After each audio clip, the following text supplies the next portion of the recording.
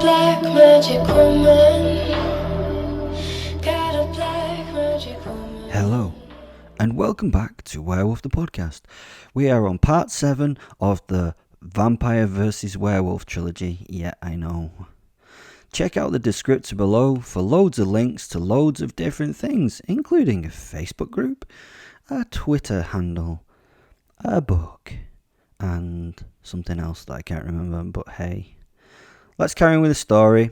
Hopefully you've listened to the other episodes, otherwise then this won't make too much sense, but I always say that, so please go listen to the other episodes of the vampire bit at least. So I have her here and now. Yeah, I know, it's incredible to think that down in my little workspace is one of the queens of the vampire nation. I have her, and no one knows I have her and what I'm doing with her. Do you have any idea who this crazy bitch is? Do you? Go on, make a guess. You might be right. Huh? No. Not Mrs. Vlad? No, sorry. Nah. No, not her. It's better than that. I only went and got Samaramat, also known as Ishtar or Inanna. Can you believe it? Oh, you've no fucking idea who she is then. Well, these days, she uses either the name Semiramis or Samaramat, as she and I are on such good terms, and knowing it pisses off her wholly, I call her Sammy. My little Sammy. I say it so condescendingly and can get her angrier than actually torturing her just by teasing her ego that is way bigger than mine. Again, when we get into more detail about who she is, or let's say was, it makes sense that she has this kind of ego. Sammy, it turns out, was one of the ancient past's most famous and infamous rulers. The historians really know very little about her, but I have been using Malcolm, my ego-like servant, to get her story, and it's pretty interesting, to be honest. We must keep her drugged and kept safe so she cannot put her glamour on him and ruin everything. I do not want to lose her just yet, to be perfectly honest, and losing Malcolm would be an absolute fucking pain in the arse. He is invaluable. The long and short of it is, Sammy ended up murdering her bloke, who was the king of Assyria at the time. I think she'd been in charge for a while, but she then came to a fore. She had married the new king so she could take over from him or run things as his wife. Apparently he was a bit of a waste of space as a king, the perfect thing for a powerful woman to work with in that day and age when women couldn't rise to powerful positions. They had a son together. Well, that's what she told him anyways. She actually had the kid with her brother. Yeah, that would make a lot more sense if you listen to the other episodes harping on about vampires. When the king died, she became Assyria's regent for 5 years. That is what historians think anyway. Well, apart from shagging her brother bit, but that had to be said. I mean, the historians didn't know about her shagging her brother. Only I knew about her shagging her brother. Incest seems a little extreme, but I don't judge the wants of two consenting vampires. The Greeks had found her story utterly entrancing because she had been a queen when women were not allowed to rule. That's right. She was a woman in charge, which flipped the Greeks out so that they fetishized her to a great degree. Even though Greece was a meritocracy, I bet many a powerful man would have liked to have been bossed about by our Sammy. As far as history is concerned, what she did was actually lead the country in her son's name for 5 years. She was the power behind the potty, as it were. The Greeks changed her name to Semiramis. Now, historians think that they changed her life into that of a myth. I believe that she did a lot more shit than the Greeks actually noticed or mythicized, if that's a word. I think it will be a fantastic story when I get all of it. Sammy is a serious bitch and was named the Wise Queen, although if you upset her, you weren't that smart. She was the wife of a shit king called Shamsi Adda V, who ruled from 824 to 810 BCE. Her husband's reign was weak and unstable because of a rebellion 2 years before becoming king. As you can guess, the Queen Lady had none of that shit, so she stabilised the place in a pretty bloody and wonderful way. In 826 BCE, King Shamsi Adda V's older brother Ashur-danin-pal launched a rebellion against his father. You know what it's like over a family dinner at mum and dad's. You all fall out, so you want to murder the other family members so you can take over the country.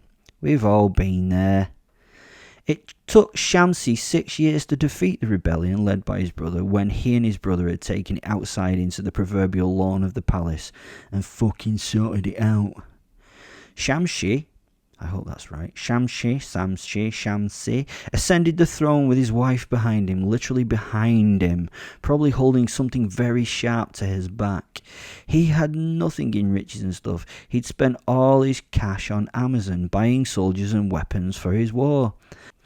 That meant that the country was up shit creek financially and the population were only just holding it together. They were on the edge of starvation and rising up to rebel once more. You can imagine that Sammy was properly pissed at her crap husband. I wonder if she'd put it out to him. I bet not. It had only been with her help that they had managed to save the country at all, so she decided to take things into her own hands. Her son was named Adadandinari, the future king Adadandinari III, and she ran his motherfucking life with her advisor, who just happened to be Sammy's brother and the kid's actual dad. Not much of a shock, that. The vampire twins were in control, but to be honest, I think she was the brains and the driver behind all that went on at that time. When King Shamsi Adda V died in 811 BCE under somewhat mysterious circumstances, I don't think they were too mysterious. Sammy didn't need him anymore, so I'm confident that she just did away with him on the quiet. She wasn't impressed with him anyways, so once he'd served his purpose, it made sense to bin him. He was there one day, and then not the next. And no one in the country really noticed. Samarama assumed her son's regency. The kid was King Adadandinari III. She had to step up because he was too young to rule. Good that, huh? She could not be the queen, but she was the queen. This may be because she had considerable influence in the Assyrian court due to the fact that they lived in fear of her losing her shit at them. Thus, in a time when women didn't have positions of power and a female couldn't rule, Samarama proved to be a wise, capable, bloodthirsty, and terrifying ruler. As the regent of the Assyrian Empire, she did what her husband could not do. She was able to stabilize the nation, killing anyone who said anything negative about her son. From Sammy's point of view, the great thing was that everyone saw the kid as an evil, blood-drinking monster. They blamed all the country's woes on him. She was only a pathetic woman. Only a pathetic woman. Samarama's accomplishments during her regency are primarily unknown to historians because there's little literary material that has survived. She tells us everything. I mean, me and, Malcolm. I hope that the stories are true. What she got up to is incredible. I will release her stories as books when we get around to them. The historians tell us she initiated some building projects and that Sammy was at the head of her armies. She has not gotten into how she became a vampire with us yet, but she would only send her troops to fight at night. That might make you aware of what she was at this point already. The idea in her enemy's eyes was that she was this creature of the night, and it turns out she fucking was. She succeeded in several military campaigns. She defeated the Medes, a group of ancient Iranians, and annexed their nation. A fucking woman did that. A fucking woman. Strong female lead. She was leading her armies herself. She was at the head of the soldiers, the first person into the fray, dealing death left and right. She was famous for murdering all captured soldiers in gruesome and horrific ways. She thought leaving any enemy alive was a mistake that may be paid for later. The manner in which she murdered the captured meant that the many enemies would never actually fight her again, and many enemies would never actually fight her in reality. They would just give up. She also conquered the Armenians. Do you know how tough and nuts Armenians are? They frighten me in this civilized day and age. She took over their country without much effort when they still smashed each other with sharp things. She was also noted as an excellent administrator. We all know that vampires are OCD and anal, so this would be a pretty obvious thing for her. Thus, through Samarat's abilities, her empire was strengthened. Her successes were apparent even if we didn't follow the myths. She was the regent for 5 years, but was the power behind the throne for many more. Sami, as a woman, had a memorial stela placed in the city of Ashur. As a woman, it's been carved with the following: Stele of Samaramat, Queen of Shamshi-Adad, King of the Universe, King of Assyria, Mother of Adinadinari, King of the Universe, King of Assyria, Daughter-in-law of Shalmaneser, King of the 4 regions of the world. This is the best a woman will ever get from these people. There's not much equality or equanimity back in those days for women. Another better hid description of her on stone tells the world that she was regent for 5 years, but the Queen of Eternity. Whatever that shit means. The reality was that Samaramat became a larger-than-life figure sometime during her reign, becoming idolized and worshipped as a goddess. Her legend has become mythologized, so it's hard for historians to know her actual history. Having spoken to her, we have found out a lot of the mythological story, and it has a lot of basis in truth. She makes it much more romantic than her actual history. She is and was worshipped as a deity. Historians have identified that deity as Ishtar. This puts her another 3,500 years in the past, as Inanna in Sumeria. That's 3,000 years before she was queen of God. The precursor goddess to Ishtar, who was worshipped in Assyria. These goddesses were associated with love, beauty, sex, war, justice, and political power. Yeah, we can see where that comes from. In her mythological story, Sami was the daughter of a Syrian goddess and a young Assyrian man. When she was exposed by birth, the doves fed and cared for her until shepherds found her. All a bit sort of nice for a bloodthirsty fiend, but baddies are often weirdly, given a nice backstory. She then married King Ninus, the alleged builder of Babylon. This again throws her out of a timeline for a normal human. If everything that happened to her happened, it must have occurred over many lifetimes.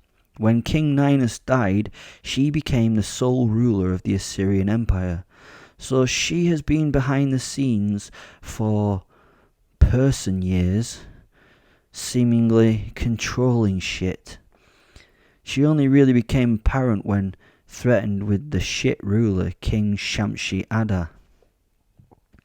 According to the myths, which I assume now as the truth, she irrigated Babylon, expanded her territories, and led campaigns as far as India.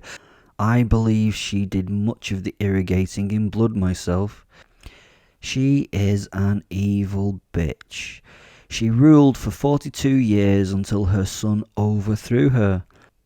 When she died, she transformed into the shape of a dove or a bat and became a goddess. We have not got to the story of the overthrow yet, but I'm waiting. Diodorus of Sicily calls Semiramis the most renowned woman of whom we have any record. Samaramat was a queen who had become a popular icon for millennia. She has been mentioned in the Bible, worshipped as a goddess, and was the basis of an opera. Nice. The most surprising aspect of her story is that she achieved a position of power and authority which was unthinkable at the time for a woman. So that is who I have in the basement. I have the goddess of Sumeria in the fecking cellar. How amazing is that? Let us take this further now.